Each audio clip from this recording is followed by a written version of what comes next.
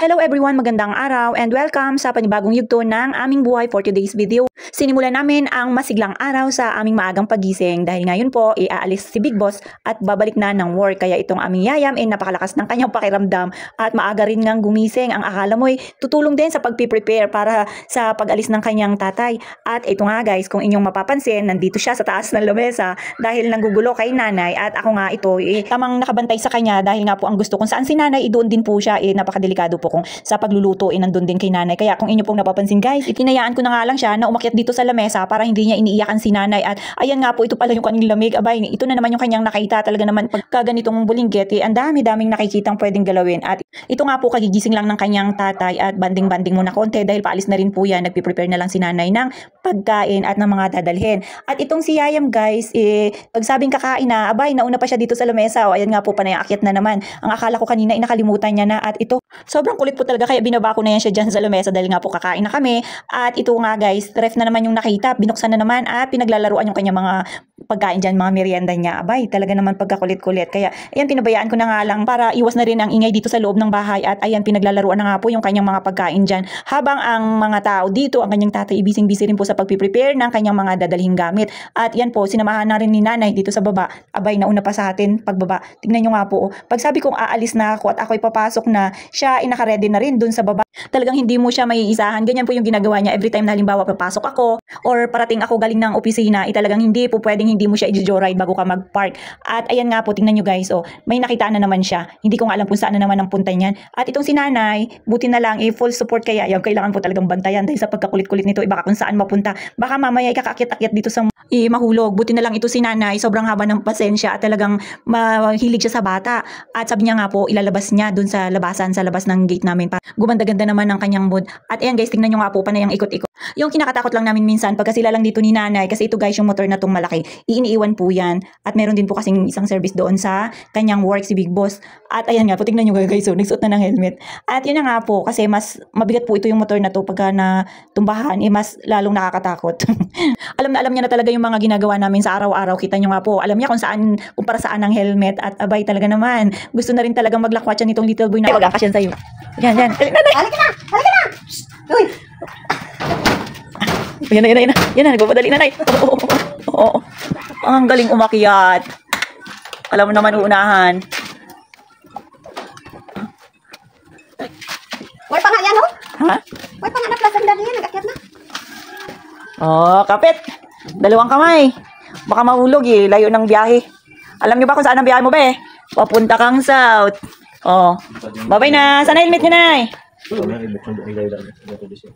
Bye-bye. Bye-bye. Sige na, sarang mo nanay. Tinanay. Niloloko ka ni nanay Gayak na kita. Sarado mo. Sarang mo nanay, sarang mo. Galit. Wala na. Wala ka rin. Kasi mangot. Bye-bye. Bye-bye. Tulog pa nga yung mga kapitbahay natin, Tulog pa nga. Kita maingay na. Kaya nga, sarap pa ng tulog nila. Nay, anong oras na ba? Di mo ipasok naman ngayon? Alam mo naman sila si Ha? Gusto mo ng pasok nila. Nay, tingnan nga natin yung mga halaman natin. Nadiligan mo na yung mga halaman mo? Oo. Hapon. Guys, ang dami na naming halaman ngayon.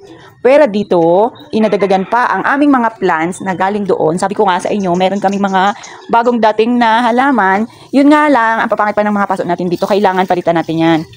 Ayan, may mga malalaki pang halaman dyan. Yun guys, ang mga bago naming plants na hindi pa namin napapalitan ng paso. So, mas gaganda pa yan na kasing ganda ng nagdidilig. Pagka naayos namin yan, guys. Diyan na lang yan. Diyan na lang yan. Oo. Ay, nadiligan na rin pala yan yung iba? Hindi ka nakapon nadilig si ate kapon. Diba nadiligan ko na pag Ngayon yung halaman na yun ay na malaki, O yun ay, Ilagay natin, dikit natin. Ito, maganda ito nga pang bulak. Saan? Bulak sa? Billion daw ni million. Ngalan daw. Pangalan, million? Oo, million daw. Sabi niya ate. Sabi niya, yun ang halaman niya million ko. Bakit anong bulak na? Violet siguro or puti? Ano magandang bulak niya yan? Bulaklak niya. Oo, maganda na nagapungpong talaga. Wala na bulak niya yan. Wala ka bulak. Kasi alagaan mo sa pagbihin. Dami ng damo na yung sa halaman, Ay, sa dating yan sa atin pala. Sa ate mo. Pakyat muna tayo guys at mag-prepare. Dahil papasok pa rin ako. Mamaya na natin yan linisin. Hindi nga tayo nakawalis. At ang aming damuhin, tingnan nyo. Nagsitaasan na naman. Ayun nga po, para lang hindi mainip itong si Bulinggit, hindi nagtagal, dumating din sila galing sa kanilang pagjo-joyride. Tamang relax lang guys at inibaw lang ang mood ng aming little boy dahil nga po paalis na ito si Big Boss. Kailangan nang mag-prepare at aalis na dahil parating na ang kanilang sasakyan. So, ayan guys, tingnan nyo nga po, yung kabababa lang ng motor. Tapos, inayos lang ng konti. Ay, abay, talaga namang napaka-addict na sa pagmumotor itong little boy namin. Inayos lang yun guys para just in case na kami na lang dito, makadaan naman yung maliit na motor sa pagjo-joyride namin. Malamang kung kotse ang palagi natin gagamitin dito sa ating little boy ay abay, butas talaga ang bulsa natin kakapagas. Hindi nga po nagtagal guys, if after nga po niyang mag-prepare, umalis na rin po kami. Kasi itong si Big Boss, magpapahatid pa dito sa terminal. So, mahaba-habang oras pa yung kakainin. Kaya sabi ko, go na kami kahit na wala pang oras. Pumunta na kami sa terminal guys kasi babalik pa ako at papasok. Kaya ayan, hinatid ko na nga lang po siya dito para kahit papaano, makatipid naman po sa pamasahe. Kasi kung aabang pa, it takes time pa na baka malate pa at maiwan siya ng kanyang sasakyan. At ito nga guys, tingnan nyo nga po yan. Malapit lang rin po ito dito sa amin. Kaya lang, kung mag-aantay pa ng sasakyan, mas matagal. At kung mag-aarkila pa, mas lalong magagastusan guys. So, ayan, nandito na po kami sa terminal. Tamang papasok na po kami dito sa entrance. Mas maganda po kasi na maaga. Minsan po kasi pagka punuan at maraming pasahero, maaga rin pong nakakaalis. So, nandito na nga po pala kami, marami rin pong masasakyan, kaya lang mas maganda yung maagang makaalis. At after nga po, pagdating ko dito sa opisina, meron po pala kaming activity dito sa baba. Kaya bumaba na rin kami dito kami ngayon sa aming conference hall para makinig sa message. Yan. At ito nga guys, tingnan nyo, napaka-presko dito. At ako ngayon nilalamig na po dito guys. Parang inantok na ako pero tsaga-tsaga lang. Kailangan nating makinig sa words of, kailangan natin ito sa ating daily life. Diba? Kasama na sa buhay natin. So, paano ba yan guys? Kita guys ulit sa susunod na video. Bye-bye!